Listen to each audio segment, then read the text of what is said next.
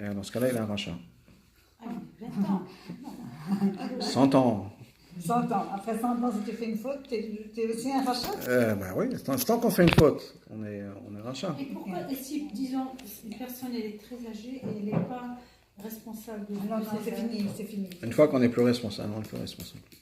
Il n'y a plus de souci à ce Il n'y niveau. a plus de souci. Non. Tu es responsable de- Ou malheureusement, il y a des gens qui sont nés sans être capables de Ah faire oui, des il y a des gens mitzvot, qui etc. sont nés. Ils ne sont Mais pas quand responsables. on dit une faute, c'est quoi en fait une faute? Bah, c'est beaucoup de choses. Oui, mais c'est. Non, si tu vois quelqu'un faire un péché et tu l'empêches pas, bah t'es dans un rachat. Voilà. Non, mais. T'as Ouais. rien fait, mais t'es un rachat. Oui, oui. Parce que t'as rien fait. On n'a rien fait. Voilà, si tu vois qu'elle a Je vois fait quelque chose quelqu'un pas qui va bien, manger, tu qui va pas faire une bracha, je vais Par rien exemple. dire. Voilà. Ouais. Bah, alors on est tous des rachats. Exact. Bah oui, bah, on a découvert la C'est pour vérité. ça qu'on a un livre pour nous. Pour nous dire, Alors, on essaie de comprendre c'est quoi le bénéfice. pour nous dire ce qu'il fait faire, ce qu'on peut faire, ce qui est accessible, etc. C'est exactement. Ouais, voilà, c'est comme on ça est que tu as tous à ce découvert niveau-là. l'Amérique, tu vois. Voilà. Donc, c'est pour ça qu'on a ce groupe de soutien, de support pour s'entraider. Pour s'entraider, pour que tu saches que tu es quand même un rachat, mais on va te racheter quand même. Voilà. Donc, Tu vas bientôt un Benoni, tu vois. donc une personne qui n'a, donc même qui a des fautes, on ne peut pas être considéré comme sadique. C'est la raison pour laquelle nos sages ont déclaré dans le Midrash, le Tout-Puissant vit que les justes étaient peu nombreux, aussi les planta-t-il en chaque génération, ainsi qu'il est écrit, le tzaddik est le fondement du monde. Donc qu'est-ce qu'on voit là? Que Dieu a vu que les tzaddikim étaient tellement rares, qu'il a dû les budgéter pour qu'il y en ait au moins un dans chaque génération. Ok, au moins un. Donc imaginez parce que c'est tellement rare que, je sais pas, il y a une génération, disons que c'est, bon, en sociologie c'est 25 ans, mais c'est pas nécessairement comme ça, c'est une génération, ça dure un peu plus. Donc un tzaddik qui va vivre jusqu'à, je sais pas, depuis l'âge de 20 ans jusqu'à l'âge de 80, ça nous donne quand même 60 ans. Bon, mais il faut qu'il y en ait au moins un à chaque fois dans cette génération qui rachète. qui est là, qui est le tzaddik de la génération. Donc il fallait que Dieu les rationne pour être sûr qu'il y en a au moins un dans chaque génération. Donc là, on comprend effectivement ce terme, parce que si d'être tzaddik, c'est juste d'avoir la majorité des mitzvot, plus ou moins tous les gens religieux sont plus ou moins dans cette catégorie. Alors effectivement, on fait plein de bêtises à chaque fois, volontairement, pas volontairement, mais bon, on peut estimer que la majeure partie du temps, on fait des mitzvot, ne serait-ce que 51%, 52%. Bon, on fait des bêtises, mais on peut imaginer qu'il y a certainement beaucoup de gens qui sont dans la catégorie et ils ont la majeure partie de leurs actions sont des mitzvot. Et une minorité sont des avérotes, sont des péchés. Si c'est le cas, pourquoi est-ce que Dieu a besoin de rationner les tzadikim? Donc clairement, le tzadik, c'est quelque chose qui est très rare, on verra un peu plus tard, qui est presque pas humain, dans le sens où c'est pas notre expérience à tous, on n'est pas à ce niveau-là, on est complètement transparent par rapport à Dieu, on fait jamais une faute une fois dans notre vie. Bon, on n'est pas là. C'est possible pour certains, mais l'attente est qu'il y en ait un dans chaque génération. Donc clairement, c'est pas quelque chose qui est donné à tout le monde. Donc, pour l'instant, qu'est-ce qu'on a? On a mis de côté ce problème, cette problématique du texte qui nous donne, effectivement, on trouve un texte qui nous dit que le Benoni c'est quelqu'un qui est moitié-moitié, le tzaddik c'est la majorité. C'est vrai, mais ce n'est pas une vraie définition du tzaddik, c'est juste un terme emprunté pour parler des gens qui ont gagné au jugement ou pas. Mais on revient donc à notre définition, ou pas vraiment une définition, mais notre explication, que le Benoni, donc, c'est quelqu'un qui ne fait aucune faute, comme le tzaddik, mais il y a une différence. Encore une fois, qu'on n'a pas encore expliqué, on ne sait pas quelle est cette différence-là, mais il y a une différence entre le tzaddik et le Benoni, même si tous les deux se comportent de la même manière. Donc là, on va être obligé de traverser et de passer à un autre monde que le monde de l'action. Étant donné que l'action, le Benoni et le tzaddik se comportent de la même manière, on ne peut plus faire la différence au niveau de l'action, parce que l'action, on ne voit pas la différence entre les deux. On a besoin de creuser un peu plus profond, on va rentrer dans le monde de l'âme, du mysticisme, de la Kabbalah, de la Chassidut, et on va passer à quelque chose de complètement différent. Donc au niveau de l'action, c'est simple, c'est plus ou moins noir ou blanc. À l'intérieur de la personne, c'est beaucoup plus complexe. Donc là, on a mis tout ça en place pour nous pousser à passer à quelque chose de plus profond. Si au niveau de l'action, on n'a pas de réponse, regardons ce qui se passe à l'intérieur de la personne. Et ce qu'on va expliquer à partir de maintenant, dans les chapitres à venir, c'est un point qui est fondamental dans la Chassidut, fondamental dans le Tanya en particulier, que chaque personne a à l'intérieur d'elle-même deux consciences. On a tous deux consciences à l'intérieur de nous-mêmes. Ce qu'on va définir comme conscience animale, conscience divine. Mais ça, c'est un fondement très important pour se connaître et pour se comprendre. Et pour pouvoir essayer de travailler sur soi-même, de changer, s'améliorer, etc. Pourquoi est-ce que c'est si important? Une des choses dont on avait parlé dans l'introduction du Tanya, c'est qu'on a tous des moments où on est connecté, spirituel, rempli de bonnes décisions, et on a des moments où on a envie de tout larguer, de tout jeter. Ouais. Et on peut se poser la question à savoir, qui suis-je? Et est-ce que je suis en train de me mentir quand j'essaye de faire des efforts? Ou bien est-ce que je suis en train de me mentir quand je veux tout larguer, c'est pas vraiment loin? Est-ce que je suis une bonne personne? Est-ce que je suis pas une bonne personne? Est-ce que je suis égoïste, égocentrique et je ne pense qu'à moi? Parce qu'il y a des moments où j'en ai marre, je vais envoyer tout le monde qui se débrouille tous et qui part tous, et au moins moi c'est moi qui pars en croisière pendant 3 semaines ou un an, ou le contraire, qui me laisse tous partir tranquille, quelle que soit la situation. On a des moments comme ça et on a des moments où on est super connecté, on veut tout faire pour sa famille, tout faire pour ses enfants, tout faire pour son mari, on est prêt à tout prendre sur soi. Quand ils sont là. Donc on est transcendant, super zen, etc. Puis il y a des moments où on peut voir personne. Qui est la vraie personne? On est les deux. Alors la réponse est qu'on est les deux. Ce qui veut dire que l'un n'est pas au détriment de l'autre. Non. C'est pas que si on a marre de tout le monde, on veut fermer la porte, on veut plus voir personne, mais on veut partir en croisière pendant 1 an toute seule. Ça veut pas dire qu'on n'a pas des vrais moments de connexion, il n'y a pas des vrais moments où on veut vraiment tout donner tout pour sa famille. Non, les deux sont vrais. C'est pas qu'on se ment dans un moment ou un autre, les deux sont vrais. Non, on doit être complémentaires. Complémentaire, c'est compliqué. Mais c'est vrai, mais c'est compliqué.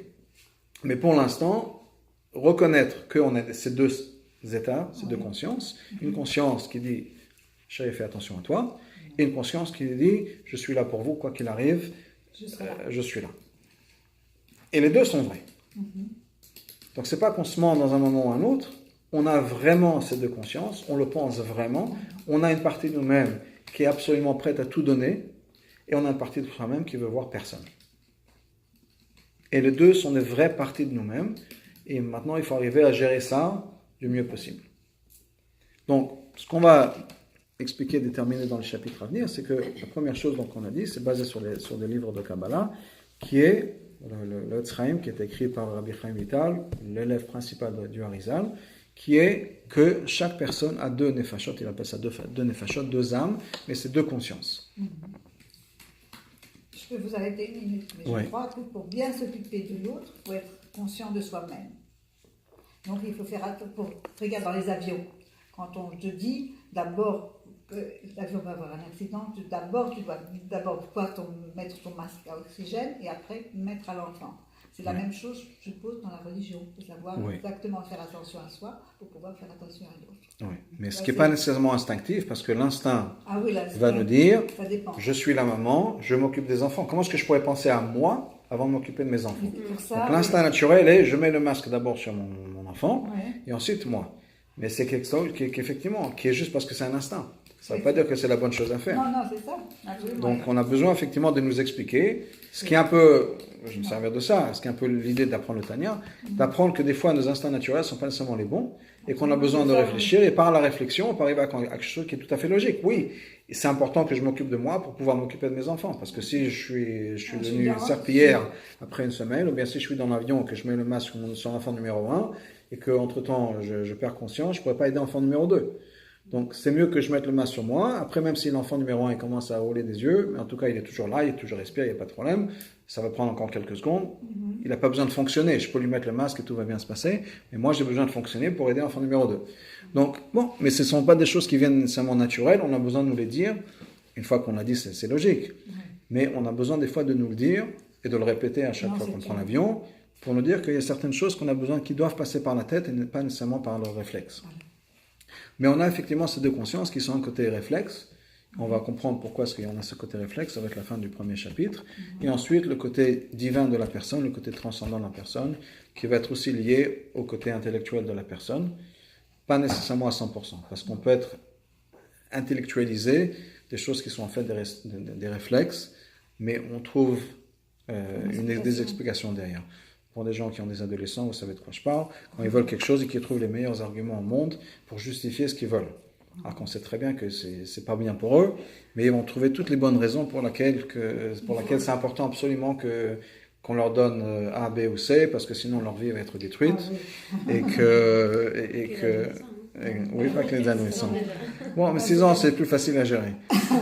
Les arguments sont plus simplistiques. C'est vrai. Mais c'est vrai.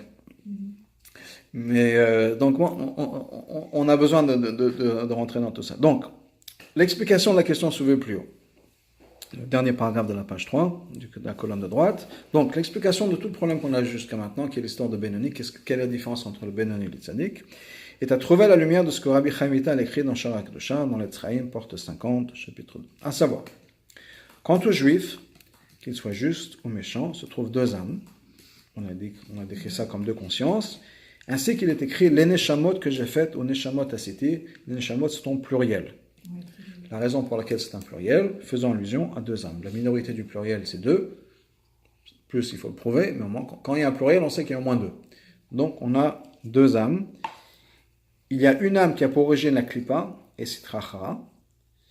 Je vais expliquer ça. Et qui est revêtue à l'intérieur du sang d'un être humain, donnant vie au corps, ainsi qu'il est écrit, car la vie de la chair est dans le sang. D'elle émanent toutes les caractéristiques mauvaises dérivant des 4 éléments du mal qu'elle contient. Ce sont la colère et l'orgueil émanant de l'élément de feu, dont la nature est de monter, de s'élever, l'appétit des plaisirs de l'élément d'eau, car ceci fait croire toutes sortes de plaisirs, la frivolité, la raillerie, la vantardise, le bavardage inutile. On va s'arrêter là pour l'instant, on continue un peu après, mais on va s'arrêter. Donc on a commencé de pas mal de termes dont on s'est servi ici, qui est donc un état de conscience. Une conscience vient de ce qu'on appelle Sitra Achra, l'autre côté, ou bien Klipa. Klipa, littéralement, veut dire une écorce, une couverture. Ce sont 2 termes qui sont une allusion à ce qu'on appelle généralement le mal. Sitra Achra, je vais commencer par Sitra Achra, littéralement veut dire l'autre côté. On ne peut pas dire le côté du mal, donc on dit l'autre côté. C'est en hébreu. C'est en hébreu, en araméen plutôt qu'en hébreu.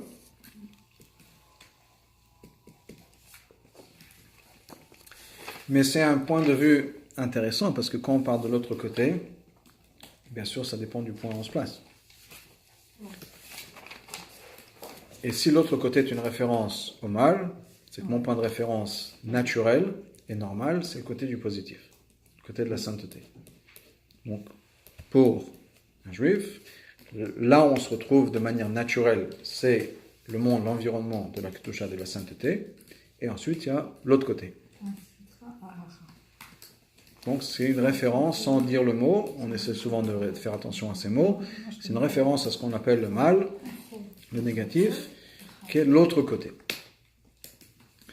L'autre terme, dont on se sert beaucoup dans la Kabbalah et dans la Chassidut, est le terme de klipa, qui est une écorce. Et l'écorce, on se sert de ça pour plusieurs raisons. Premièrement, l'écorce couvre le fruit, couvre ce qui est à l'intérieur. En anglais, on se sert de ça de manière plus souple, qui est shell. Et shell, c'est aussi la couverture de quelque chose.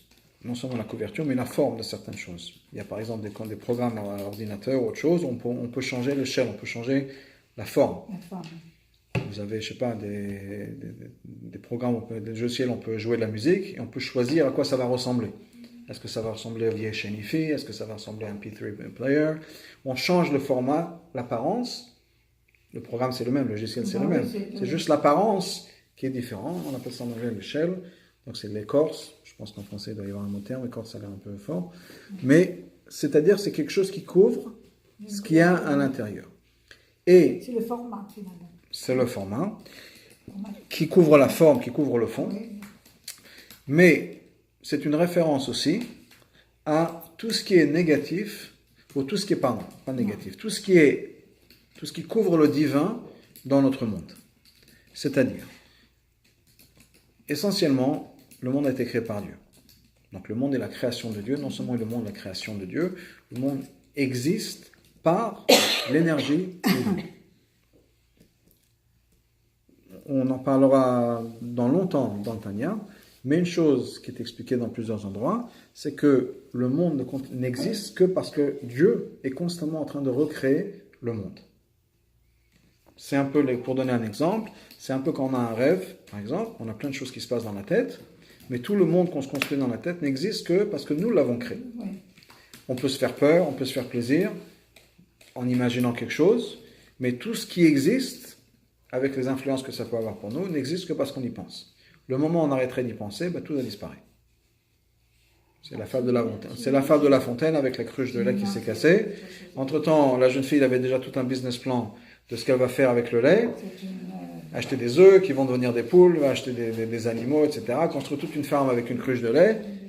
Une fois que la cruche de lait s'est cassée, tout son rêve est parti. Parce que toute cette ferme qu'elle avait créée dans sa tête n'existait que dans sa tête. Une fois qu'elle arrêtait d'y penser, la ferme a disparu. C'est pas qu'elle a disparu en laissant des traces, elle a disparu comme si elle n'avait jamais existé. Pour le monde, c'est la même chose. Le monde existe parce que Dieu y pense. Le moment où Dieu arrête de penser au monde, arrête de créer le monde disparaît. Donc, le monde n'existe que parce qu'il y a l'énergie de Dieu qui le maintient. Le problème est qu'on ne voit pas ça. Nous, on voit un monde qui existe, fermement. Je vois une table, je vois un verre, je vois un livre, je vois un téléphone, je vois des murs. On ne voit pas l'énergie divine qui donne vie à tout ça. On ne voit même pas l'énergie tout court. Parce qu'en fait, tout ça, c'est l'énergie, c'est l'énergie atomique qui fonctionne. On ne voit même pas ça. Mais certainement pas l'énergie divine qui fait exister tout ça. Donc, on ne voit pas Dieu. Et ça, c'est cette écorce. Dieu a créé le monde d'une manière qu'on n'est pas conscient de la présence de Dieu. C'est cette écorce dont on parle. C'est une couverture. Il y a une couche de quelque chose qui fait qu'au lieu de voir l'énergie divine à l'intérieur de chaque chose, on voit une apparence qui est l'apparence superficielle des choses. Je vois une table, je vois un livre, je vois un verre, je ne vois pas Dieu. Mais ça, c'est parce qu'il y a une écorce, il y a une couverture qui fait qu'on ne voit pas ce qu'il y a à l'intérieur. Comme chaque chose, dans le mur, je vois la peinture blanche, je ne vois même pas le mur qui est derrière, alors que je sais qu'il y a un mur derrière, et derrière, il y a des fondations, il y a des piliers, etc. On ne voit, en tant qu'être humain, que la couche la plus superficielle des choses. Un chèque d'$1 million dans une enveloppe, je ne vois que l'enveloppe. Et même s'il y a $1 million derrière, je vois que le chèque, je ne vois pas nécessairement la valeur de l'argent, je vois un bout de papier avec de l'encre et marché. C'est ce qu'on voit. Une des choses qu'on a besoin d'apprendre à travers notre vie, c'est que ce n'est pas nécessairement what you see is not what you get, que la vérité n'est pas nécessairement ce qu'on voit.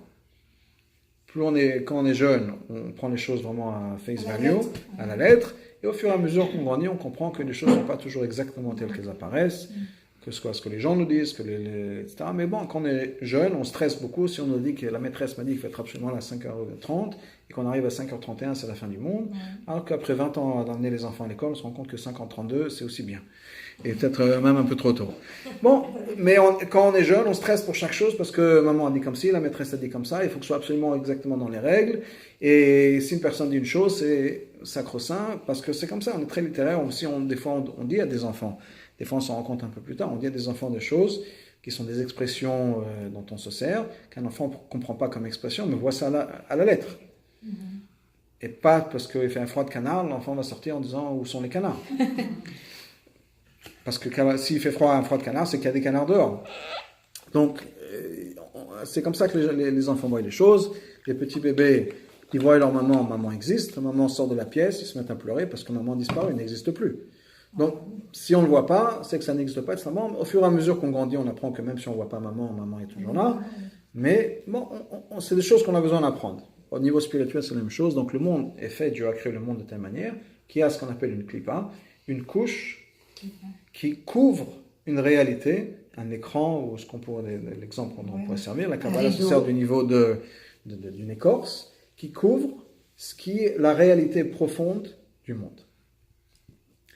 De cette écorce-là, vient une conscience qu'on a, qui est une conscience égocentrique, qui est l'âme animale dont on va parler, qui fait que je peux avoir une vision qui va être focusée sur moi. Pourquoi ? Parce que je ne vois pas les choses autour de moi. Pourquoi est-ce qu'on fait entre autres des bêtises à travers notre vie ? Un moment de manque de conscience, et on s'est laissé aller. Si on avait quelqu'un dans la pièce en train de nous regarder, on aurait agi différemment, souvent. Mais on a oublié qu'il y a quelqu'un qui nous regarde, on a oublié la présence de Dieu, et donc on s'est laissé aller pour une raison ou une autre. On a fait quelque chose qu'on sait pertinemment qu'on n'aurait pas dû faire, mais pour une raison ou une autre, on s'est laissé aller, on a fait ça. Ça, c'est grâce ou par l'intermédiaire de cette clipa qui fait qu'on n'a pas vu certaines choses, notre conscience, notre réalisation que Dieu est présent, a été cachée par quelque chose d'autre qui fait que dans la pièce je vois rien, donc c'est qu'il n'y a rien. Des fois, on peut parler de personnes qui sont de l'autre côté du mur, on parle d'elles, et bien, les invités sont sortis, on ferme la porte, donc on fait des commentaires sur les invités, donc ils sont de l'autre côté de la porte, qui peuvent très bien nous entendre. Mais dans nos têtes, on a fermé la porte, ils ne sont plus là. Donc, on vit comme ça. Donc ça, c'est ce que la clipa nous donne, qui est la possibilité de faire des fautes, la possibilité d'oublier Dieu, la possibilité de ne pas être conscient de la présence de Dieu. Cette clipa-là donne naissance, entre autres, à une certaine énergie chez la personne, qui est le côté égocentrique de la personne, qui est je pense à moi, mes désirs, mes envies, plutôt que ce que Dieu attend de moi. Et donc c'est cette âme-là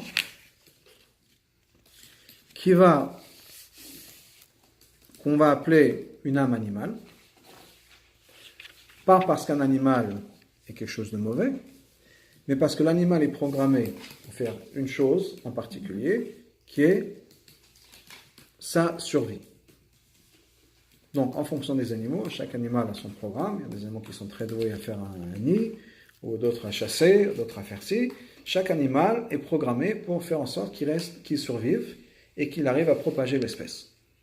Et ça, c'est pas une décision, c'est un instinct que les animaux ont, qui est fais attention à toi. Quand il y a un danger, sauve-toi, apprends ou cherche ou sache comment chercher à manger, sache comment se reproduire. Ce sont des choses qui sont construites instinctives à l'animal, construites à l'intérieur du programme champignon de l'animal. Et on a la même chose à l'intérieur de nous-mêmes qui est fais attention à toi. Donc on a un côté qui est notre première conscience, qui est la partie qui me dit fais attention à toi. Et c'est toute phrase, tout sentiment qui va passer par par le moi. Je suis aussi un être humain, j'ai besoin de me reposer, j'ai besoin de mon temps à moi, j'ai besoin de ci, j'ai besoin de me développer, j'ai besoin de me sentir accompli, j'ai besoin de sortir. Tout ce qui va commencer par moi, ça vient de ce côté égocentrique animal de la personne qui est fais attention à toi. C'est pas la même chose que les Yetzara. Les Yetzara, c'est une connotation qui est négative, mal. C'est pas nécessairement quelque chose qui est mal, c'est quelque chose qui est égocentrique, qui est avec moi au centre de cette réflexion, au centre de cette conscience. Et on a été construit comme ça par Dieu, avec un intérêt. Vous disiez tout à l'heure que la clipa, l'écorce, c'est aussi là pour protéger, c'est vrai. On a aussi besoin de se protéger. Dieu a fait en sorte qu'on n'est pas juste prêt à tout donner pour les autres et tout donner pour Dieu, parce qu'on arrêterait de manger, on arrêterait de s'occuper de soi-même. Donc on a aussi besoin de faire attention à soi. Mais au-delà de ça, il y a un autre besoin qui est très important, qui est, j'ai besoin d'avoir un côté égocentrique ou même égoïste à ma personne. Et ça, c'est essentiel au but de la création du monde et donc au but de la vie de chaque personne. On dit, je m'excuse de vous interrompre, on dit que les hommes sont plus égoïstes que les femmes. Est-ce que vous êtes d'accord avec cette version-là? Ils sont égoïstes différemment. Ils ont une autre... Ils sont égoïstes différemment, ils ont une autre forme. Il faut qu'on apprenne votre diplomatie là, tout à l'heure.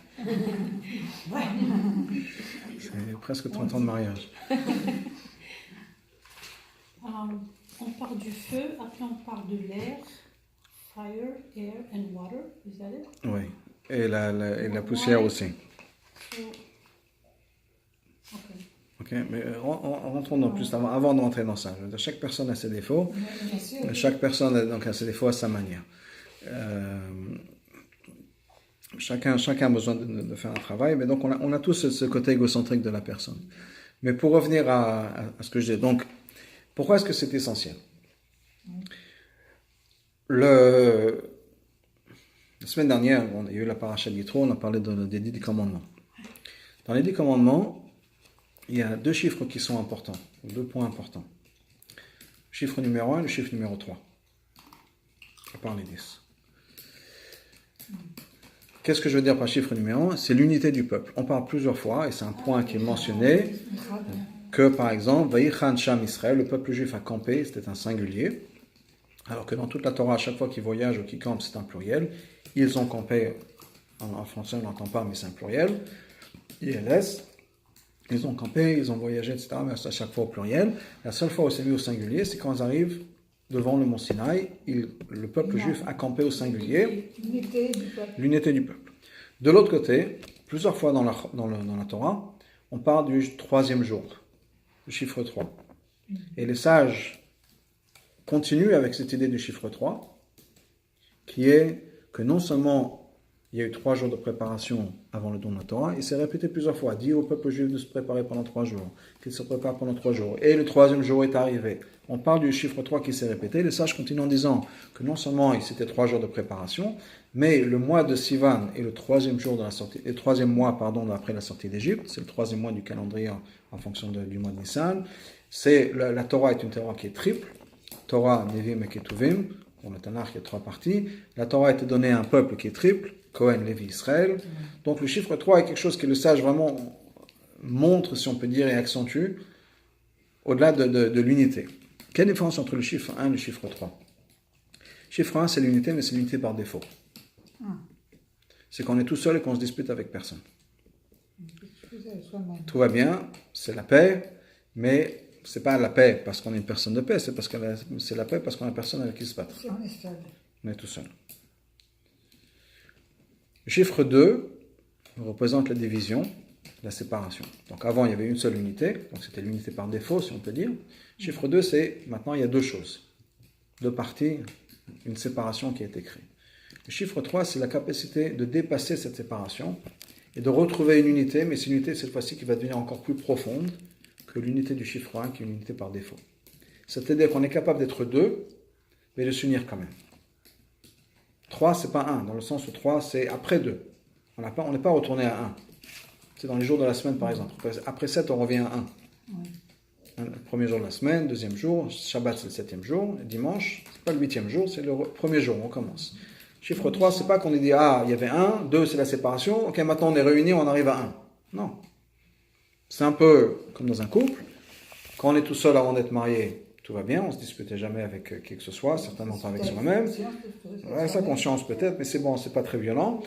On arrive à être 2, on a chacun ses opinions, et il y a des fois des problèmes, des conflits, mais on est capable après de s'unir, ça peut être par l'intermédiaire d'une troisième personne, un enfant, mais c'est aussi par le fait qu'on est capable maintenant de dépasser ces deux unités, et on crée une troisième chose, une nouvelle chose qui est le couple.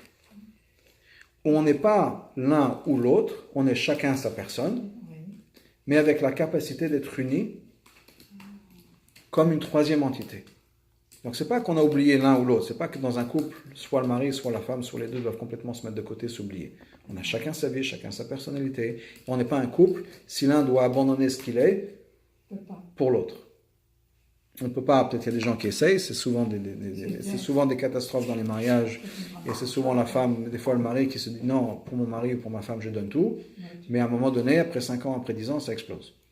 Parce que on ne peut pas faire ça, on a besoin de se retrouver, on a besoin d'être ce qu'on est. Ça ne veut pas dire qu'on n'est pas marié, qu'on n'est pas maman, qu'on n'est pas femme, qu'on n'est pas fille et sœur et tout un de choses à la fois. Mais je suis aussi moi-même. Mais ça ne veut pas dire que j'aime pas mon mari, si je veux être moi-même. On a besoin d'être chacun sa personne et de se retrouver ensemble pour créer une troisième chose. Donc le chiffre 3 représente une unité qui contient les deux éléments séparés qu'on a réussi à réunir et à mettre ensemble. Pour Dieu, c'était un peu la même chose, dans le sens où, avant la création du monde, Dieu était seul. Donc c'était super, la paix au foyer, mais il manquait quelque chose. Pour qu'il y ait cette relation, Dieu a dû créer, parce que ça vient de lui, une deuxième entité, et cette entité a besoin d'être séparée de Dieu. Parce que si c'est la même chose que Dieu, ou c'est bien si on est complètement conscient qu'on n'est qu'une partie de Dieu, on n'est pas capable de se révolter contre Dieu, on n'est pas capable de dire à Dieu non. Et si on n'est pas capable de dire à Dieu non, notre oui ne sert à rien.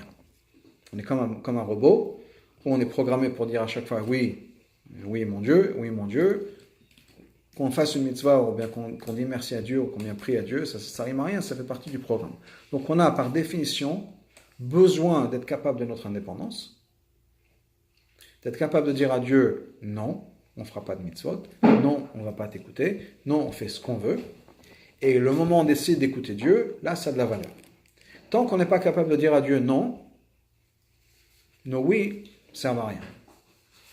Donc on a absolument besoin d'être capable d'ignorer Dieu, si on peut dire, pour pouvoir ensuite faire en sorte que nos mitzvot, nos relations, aient de la valeur et du sens. Donc Dieu a créé un monde où on a effectivement cette clipa, cette couverture, ce qui fait qu'on ne voit pas Dieu. On se sent indépendant.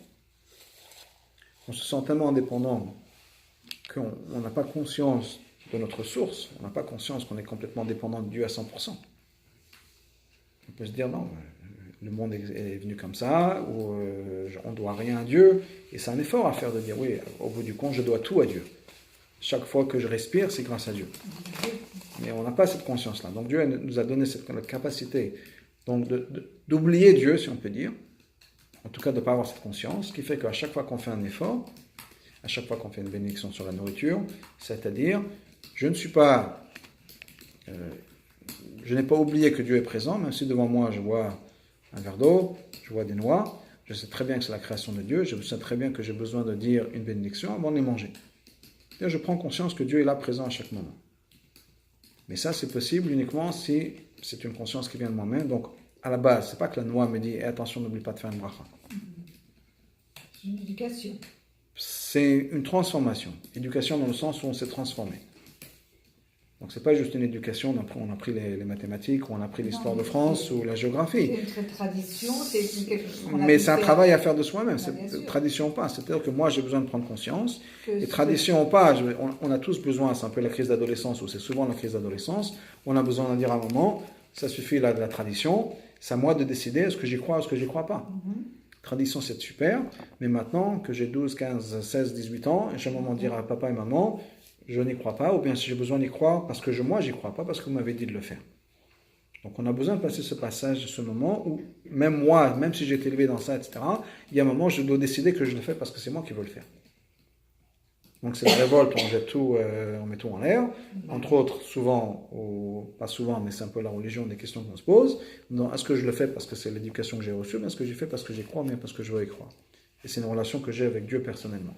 En tout cas, on a tous la capacité d'oublier Dieu pour que, au-delà de ça, notre relation avec Dieu devienne une relation qui est une relation qui a du sens, personnelle et meaningful. C'est une personne qui a du sens pour nous, qui nous parle. C'est ma relation à moi. C'est pas la relation de mes parents, c'est pas la relation de quelqu'un d'autre, mais c'est ma relation à moi par rapport à Dieu.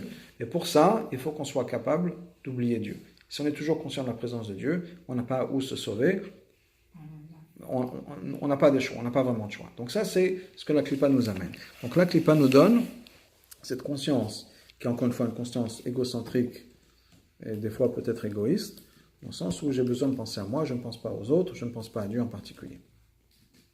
Donc ça, c'est la raison pour laquelle Dieu a fait en sorte qu'on a cette conscience qui va au-delà de ça, donc justement donner de la valeur à notre relation par rapport à Dieu. C'est, pour reprendre le thème, rapidement, peut-être plusieurs personnes ont déjà entendu de moi, c'est un peu l'histoire de Adam et Ève avec la faute de l'arbre, où Ève avait compris qu'il fallait absolument faire une faute pour pouvoir accéder à la relation avec Dieu. Okay? On en a parlé plusieurs fois pour ceux qui suivent, qui est donc Adam et Ève arrivent sur le paradis. Adam il dit oh c'est super beau ici. Et Ève lui dit attention, il faut qu'on mange de l'arbre de la connaissance. Adam dit mais t'es folle, Dieu nous a dit de ne pas y toucher. Il dit c'est justement pour ça qu'il faut y toucher, parce que Dieu nous a dit qu'on est là pour faire une différence dans le monde. On est là au paradis, il n'y a rien à faire. Donc ça ne peut pas être le monde que Dieu nous a demandé de réparer. On a besoin d'avoir un monde qui est pas beau, pour être resté gentil, et dans ce monde-là, révéler Dieu. Okay? Pour qu'on puisse avoir des moments de conscience, et je vais passer peut-être à un extrême, qu'on chante Anima Amin dans les chambres à gaz d'Auschwitz, il fallait créer Auschwitz, un monde qui soit capable d'Auschwitz, pour pouvoir révéler, même dans ces situations-là, des gens qui se sont sacrifiés pour faire les mitzvot, des gens qui chantaient Anima Amin dans les chambres à gaz, autre chose. Sans cette capacité du négatif, on n'aurait pas été capable d'amener du positif dans ces situations-là. Positif dans le sens que c'est divin. Je pense qu'il n'y a pas beaucoup plus loin au niveau de l'extrême. Mais si on peut dire tout ce dont on parle de ces moments profonds, importants, qui se sont passés dans telle situation, n'auraient pas pu exister s'il n'y avait pas eu ces situations. Donc Dieu a eu besoin de créer des situations comme ça, pour qu'on puisse révéler dans ce genre de situation que même ça, c'est Dieu. Et Dieu est présent dans des endroits pareils. Ce qui n'existait pas, ça rentre dans des questions philosophiques, pourquoi, etc. Mais l'idée, c'est que c'est une relation qui est beaucoup plus profonde.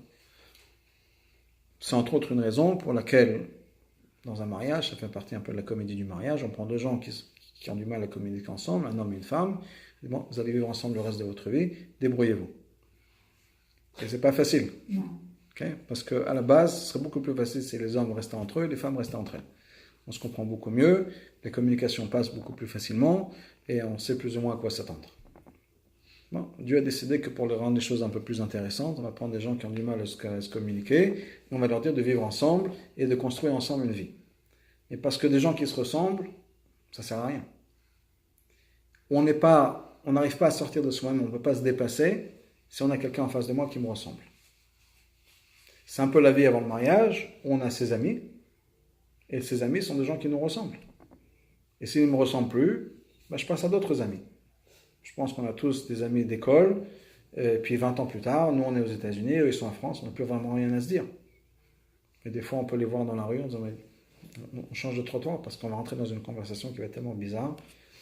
Bonjour, ça va, oui, ok, bon, on est coincé, parce qu'on n'a plus rien à se dire, alors que peut-être il y a 20 ans, à l'école, on était très copines. Mais maintenant, on a chacun sa vie qui est partie dans des directions différentes. Donc, c'est plus nos amis nécessairement. Bon, peut-être qu'on peut dire bonjour, on peut passer un bon moment, mais il n'y a pas cette relation qui se passe. Alors que, dans un couple, justement, c'est prendre des gens qui sont, au départ, plus ou moins opposés, différents certainement, opposés dans beaucoup de choses, et arriver à travailler avec quelqu'un qui est complètement différent, qui a une manière de voir les choses différentes, qui a une manière de réfléchir différente, qui a des valeurs différentes. Pas trop, parce que ça rend les choses compliquées quand même. Pas trop être différent, ça devient difficile à gérer. Mais quand même une manière différente de gérer, de voir les choses, une manière différente de penser à l'éducation, une manière différente de conduire, une manière différente de faire les courses. Et tous les jours de la vie, on a besoin de vivre ensemble comme ça, qui me force automatiquement, moi en tant que personne, à m'adapter à quelqu'un qui pense différemment que moi. Alors bien sûr, il y a des choses qui nous unissent, c'est pour ça qu'on est revenus ensemble. Mais on a besoin de faire cet effort qui va créer une unité qui est beaucoup plus profonde que l'unité qui existe avant le mariage, où on tourne chacun en rond, si on peut dire. On a ses amis, ses connaissances, et c'est les gens qui me conviennent. Il n'y a pas vraiment d'effort à faire. S'il y a quelqu'un qui ne me convient pas, j'avance. On passe à quelque chose d'autre. Donc on est vraiment autour de soi, c'est une vie un peu égocentrique, pour revenir à ça, alors que le mariage me force à vivre une vie qui va être un peu transcendante, dépasser mon égocentrisme, et pour faire quelque chose qui va être là pour la personne d'en face. Donc, on a, pour revenir à ce qu'on disait, donc on a cette conscience, une conscience égocentrique. Avec cette conscience égocentrique viennent plusieurs choses. Toute existence dans l'univers, matériel et spirituel, et d'après la Kabbalah, c'est pas la Kabbalah d'ailleurs, c'est le Maïmonide en parle aussi, dans d'autres textes, ça vient de la Gemara, basé au créé à partir de 4 éléments, qui sont les 4 éléments essentiels, qui existent dans le positif ou dans le négatif, dans la klipa ou dans la kedusha, dans la sainteté, qui sont le feu, l'eau, l'air et la terre. Donc le feu, l'eau, l'air et la terre, qui sont la base de chaque existence à travers l'univers. Donc chaque chose est composée de ces 4 éléments. Alors certains expliquent que ce sont des états d'existence, par exemple, il y a la fluidité, l'énergie, donc chaque chose est basée sur l'énergie. La terre c'est la matière, l'air c'est la fluidité.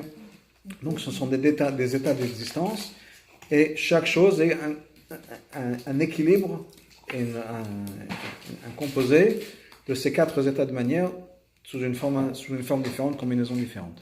La terre, c'est la matière. C'est aussi relié aux 4 mondes. C'est pas les 4 mondes, c'est aussi relié. Ce qui fait qu'effectivement, chaque monde a une tendance plus prononcée vers un de ces éléments, mais c'est pas les 4 mondes. La terre, c'est la matière. L'air, c'est la fluidité. Non, c'est l'eau, la fluidité. L'eau, c'est la fluidité. Et l'air, c'est... L'air, c'est l'état gazeux des choses, la légèreté des choses. qui est l'opposé de la Terre. L'opposé de la Terre, c'est dans la gravité, la matière. L'état gazeux, l'état... Mais ça donne une idée. Regarde, regarde. Et le feu, c'est la colère. Le feu, c'est l'énergie. C'est l'énergie. Ça, Donc- c'est les 10 séphirotes. Donc, le point étant que donc, chaque chose qui existe, donc les choses matérielles, par exemple le corps humain, est basé à partir de chaque chose, ces choses-là. Toute matière, un des exemples qu'on amène, c'est par exemple le bois. Quand on brûle le bois, il reste que la terre derrière. On a l'eau s'est évaporée, le feu est passé par l'intermédiaire du feu, et ce qui nous reste derrière, c'est la matière, la terre, ce qu'on est les cendres, quand on a décomposé ça. C'est un concept donc plus ou moins philosophique ou mystique, pas nécessairement matériel, c'est pas qu'il y a nécessairement de la matière qui est comme ça, mais on nous dit donc que ça existe dans le positif, dans la kedusha, dans la klipa, et par exemple, nos émotions ont aussi ces 4 éléments. Par exemple, son exemple dont on parle ici, la colère et l'orgueil, c'est l'élément de feu parce que ça se lève, ça monte, comme la colère qui monte. L'eau qui est la source de plaisir. On habite à côté de l'eau, on sait combien c'est agréable de soit aller à la piscine, soit sur le bateau. C'est un moment de plaisir et agréable.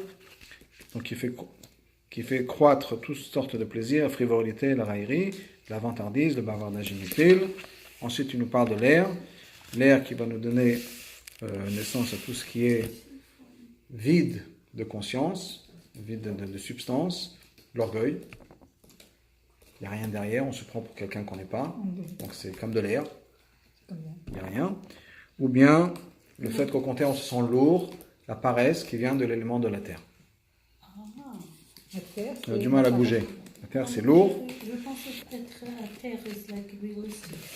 Ça peut être aussi ça aussi, donc c'est pas limité à ça, mais ça peut être ce genre de problème Oui, aussi. ça- En tout cas, Alors, ces 4 choses que vous dites, tout ça, c'est relié à quoi?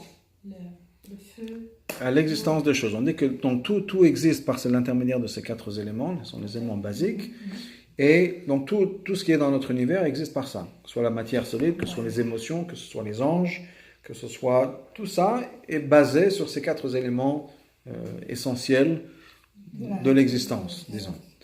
Ok. Donc, de la nature, dans la nature au sens très large Ouais. des choses, que les anges aussi sont aussi composés de ça, ont aussi un corps qui est bien sûr spirituel, mais c'est un corps qui a une certaine énergie, qui a une certaine existence.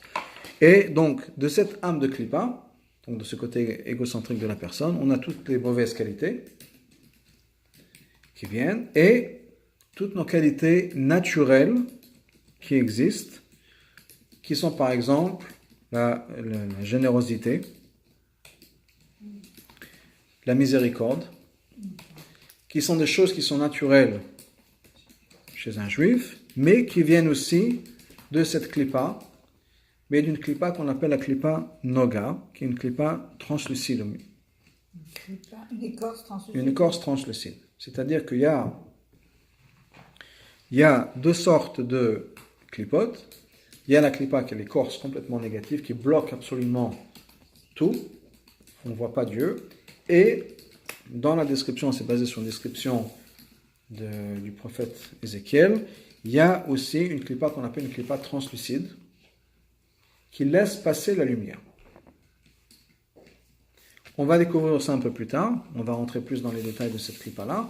Essentiellement, c'est pas ce qui est négatif, mais c'est ce qui se couvre Dieu, mais avec la possibilité de révéler Dieu. Par exemple, le meurtre, de manière générale, il y a peut-être des exceptions, mais le meurtre de manière générale, c'est quelque chose qui est négatif. Le meurtre, le vol, transgresser Shabbat, pas manger kasser, ce sont des choses qui sont la klippa, la nourriture qui n'est pas cachère, c'est quelque chose qui est klippa, dans le sens où on ne peut pas manger pas cachère et révéler Dieu à travers ça. En tout cas, pas de manière normale. Mais il y a toutes les choses qui sont neutres, dans le sens où il n'y a rien de mal à ça. Un verre ou un verre d'eau, il n'y a rien de mal à un verre d'eau. Maintenant, c'est la klippa, parce que je ne vois pas Dieu, je vois un verre avec de l'eau. Je ne vois pas la révélation de Dieu. Mais il n'y a rien de mal, ce qui fait donc c'est translucide dans le sens, ça peut laisser permettre la révélation de Dieu. Je vais faire une bénédiction sur l'eau, je bois l'eau comme il faut, quand il faut, et je fais cette bénédiction. Ça devient maintenant un véhicule pour le divin. Donc, on a des choses qui sont Neutre, c'est pas vraiment à 100% vrai, parce que c'est une clipa dans le sens où ça cache Dieu. C'est un mensonge, c'est pas un verre d'eau. C'est la révélation de Dieu, c'est la création de Dieu. Mais pour l'instant, moi, je vois un bout de carton. Donc c'est un mensonge dans le sens où c'est une clipa, mais c'est pas une clipa qui est complètement opaque, qui va m'empêcher de révéler Dieu. C'est une clipa qui est telle qu'elle est. On voit pas Dieu, mais on peut s'en servir pour Dieu. On a aussi des bonnes qualités, mais qui sont des bonnes qualités, qui sont des qualités naturelles chez la personne. Par exemple, l'exemple qu'on a vu tout à l'heure, mon instinct, ça aurait été de mettre le masque à oxygène sur mes enfants avant moi. C'est une bonne qualité, si on peut dire, qui a un bon instinct. Faire attention à mes enfants, être là pour protéger mes enfants. Mais ce n'est pas nécessairement la bonne idée. Non. Mais en tout cas, c'est un bon instinct, c'est quelque chose de positif. Mais c'est quelque chose donc, qui est un sentiment naturel, qui n'est peut-être pas à 100% comme il faut, mais c'est un sentiment naturel. Négatif qui peut être... Exact. Donc, tout ça, ce sont des sentiments qu'on a à l'intérieur de la personne, donc chaque personne a ça, qui sont ce côté donc égocentrique de la personne.